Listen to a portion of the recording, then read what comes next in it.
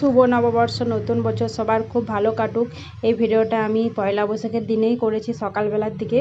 তারপর থেকে আমার ফোন খারাপ হয়ে যাওয়ায় আমি ভিডিও আর কোনো পোস্ট করতে পারিনি। দেখো, সকালে ঘুম থেকে উঠে স্নান সেরে আমি পুজো দিয়ে নিয়েছি।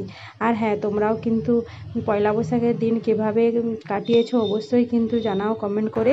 তারপর দেখো, আমি এখানে একটা তুলসী চারা লাগিয়ে দিয়েছি, পুজোও দিয়ে নিয়েছি এখানে। তারপর আমরা চলে গেলাম মন্দিরে। এই দেখো, এটা হলো ফ্লাইওভারের কাছে, একদম সতীঘাটের কাছে, ফ্লাইওভারের কাছে এই মন্দিরটি অবস্থিত। দেখো, মন্দিরের ভিতরে কত ভিড়, সবাই এখানে দেখতে পাচ্ছ বাইরের দিক থেকে লাইন দিয়ে দিয়ে ভিতরে ঢুকছে আর ওখানে গিয়ে পুজো দিচ্ছে। হ্যাঁ, আমাদের পুজো দেওয়া কমপ্লিট, তারপর আমি এই ভিডিওটা এদিক থেকে এসে করেছি। আর এই যে দেখতে পাচ্ছ এরা অনেক রোদের মধ্যে দেখো এখানে কীরকম বসে আছে।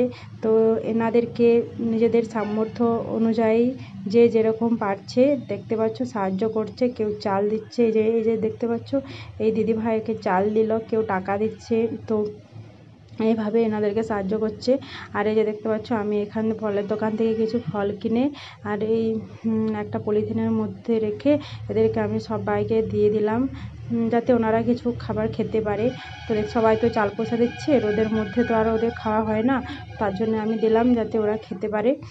আর এই যে দেখো আমার দুই ছেলে রোদের মধ্যে কীরকম দেখো দাঁড়িয়ে আছে, ওর বাবার কাছে কিছুতেই ছাওয়ায় গিয়ে ওরা দাঁড়াচ্ছে না।